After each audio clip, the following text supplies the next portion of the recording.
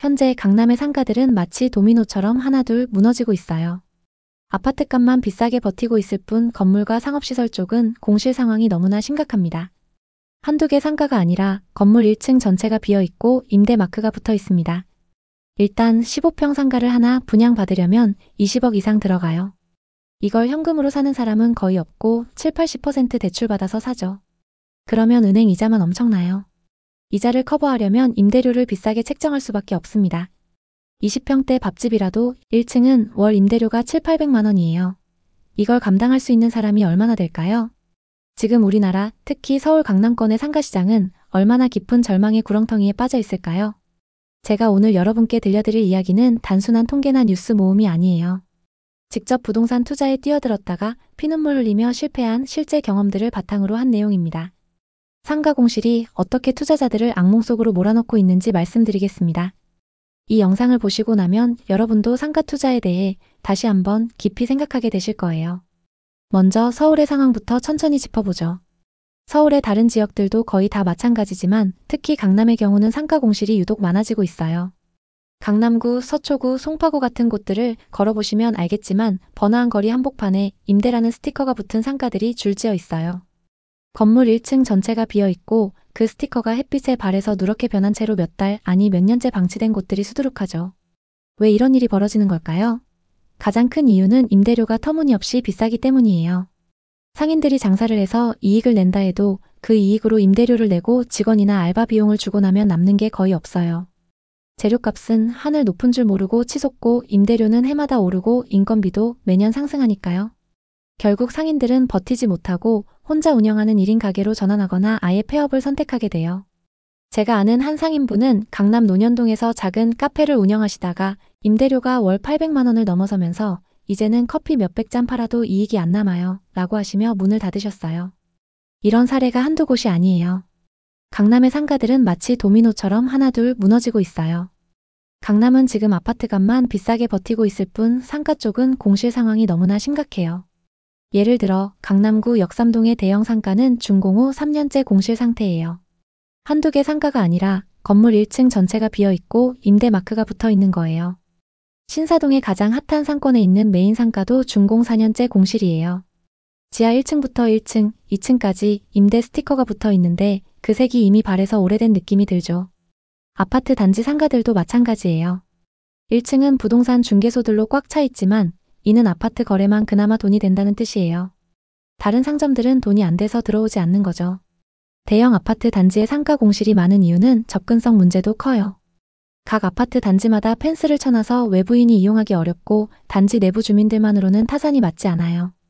직접 임장을 다녀보니 이런 상가들은 마치 고립된 섬처럼 느껴지더라고요. 서울의 다른 지역들도 비슷하지만 강남의 상가 공실이 유독 심각한 이유를 자세히 살펴볼게요. 첫 번째 이유는 비싼 임대료예요. 일단 임대료가 비싸면 상인들이 장사를 해도 남는 게 없어요. 재료값이 치솟고 임대료와 인건비가 오르니 1인 가게나 폐업이 늘어나는 거죠. 생각해보세요. 서울 인구가 1000만 명 아래로 떨어진 지 오래됐고 출산율은 0.6명대예요. 상가 공급은 많아지는데 경쟁력을 갖추려면 임대료가 내려가야 하는 게 경제의 기본 원리잖아요. 그런데 건물주들은 내 건물은 특별해 하면서 임대료를 올리니 공실이 생길 수밖에 없어요. 이게 경제 논리를 무시한 결과예요. 임대료 상승의 원인은 건물의 수익률 때문이기도 하고 신규 건물 분양가가 너무 비싸기 때문이에요. 땅값이 비싸서 상가 분양가는 평당 1억 2억은 기본이에요. 15평 상가를 하나 분양받으려면 20억 이상 들어가요. 이걸 현금으로 사는 사람은 거의 없고 70~80% 대출받아서 사죠. 그러면 은행 이자만 엄청나요. 이자를 커버하려면 임대료를 비싸게 책정할 수밖에 없어요. 20평대 김밥집이라도 1층은 월 임대료가 700~800만 원이에요. 그래서 강남에 김밥집이 사라지고 카페나 빵집이 들어오는데 그마저도 좁아서 손님들이 안 가요. 이게 악순환의 고리예요. 전체 상가의 영업 패러다임이 바뀌고 있어요.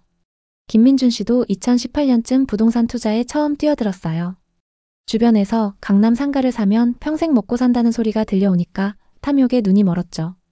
본인 돈 5억에 대출 10억을 끌어 강남 역삼동에 20평 상가를 샀어요. 분양가는 15억이었어요. 위치가 핫플레이스라 대박이라고 생각했어요. 이자만 매달 300만 원 이상 나가는데 임대료로 커버될 거라 믿었어요. 처음엔 카페 임차인이 들어와 월세 500만 원을 받았어요. 그런데 코로나가 터지면서 유동 인구가 뚝 떨어졌어요. 임차인이 임대료를 밀리다 결국 나가버렸어요. 2년 공실 동안 이자만 거의 1억, 관리비와 세금을 합쳐 엄청난 손실이 났죠. 밤에 잠 못 이루고 가족한테 미안했어요. 결국 매매로 내놨는데 제값을 받기도 힘들어요. 이 실패가 민준 씨 인생의 전환점이 됐어요. 이제 강남 상가 공실의 두 번째 이유, 소비 위축을 자세히 풀어보겠습니다. 우선 주거비용 증가의 영향이 매우 큽니다. 아파트 대출과 월세, 자녀 학원비, 생활비가 소득 증가를 앞지르니 지갑이 다치게 됩니다. 부동산 자산가들은 근로소득 외에도 자산소득이 있지만 그렇지 않은 사람들은 주거비용조차 부담됩니다. 그러다 보니 점점 고가의 지출부터 줄이게 되는 거죠. 하다못해 회식 장소와 모임 장소도 고급 레스토랑, 스크린 골프장에서 좀 더 저렴한 곳으로 바뀌고 있죠. 또 쇼핑과 외식도 자연스럽게 줄었습니다. 이 때문에 상가들이 점점 문을 닫게 되는 겁니다. 세 번째 이유는 오프라인에서 온라인으로의 완벽한 전환이에요. 쿠팡, 컬리, 테무 이용자가 많아 오프라인 상가의 필요성이 줄어들었어요. 장사하는 사람들조차 온라인으로 사업을 전환하다 보니 자연스럽게 상가 공실이 많아지게 된 거죠. 고금리 시대의 건물주들은 이자 부담으로 버티기 힘들어지고 있습니다. 금수저나 다이아 수저가 아닌 이상 대부분 건물을 살 때 대출을 받아서 사기 때문에 점점 더 어려운 상황입니다. 최근 들어 강남 상가 공실이 폭증하고 있습니다. 충격적인 거래도 있는데요. 강남 신사동의 한 신축 건물이 준공 후 공실로 방치되다가 공매로 넘어갔는데 무려 20억 손해를 보고 거래됐어요. 이 건물은 원래 핫플레이스로 기대됐지만 임대료가 비싸서 임차인이 없었어요. 공실률이 20%를 넘은 강남 전체에서 이런 사례가 쏟아지죠. 가로수길은 공실률 40%, 청담동 17%로 상권이 몰락하고 있어요. 강남역 인근 상가도 공실 폭탄인데 임대료는 평당 수십만 원을 고집하면서 안 내린다며 버티다가 파산하는 거예요. 노년역 주변의 상가들은 공실률 21%, 압구정은 12%예요.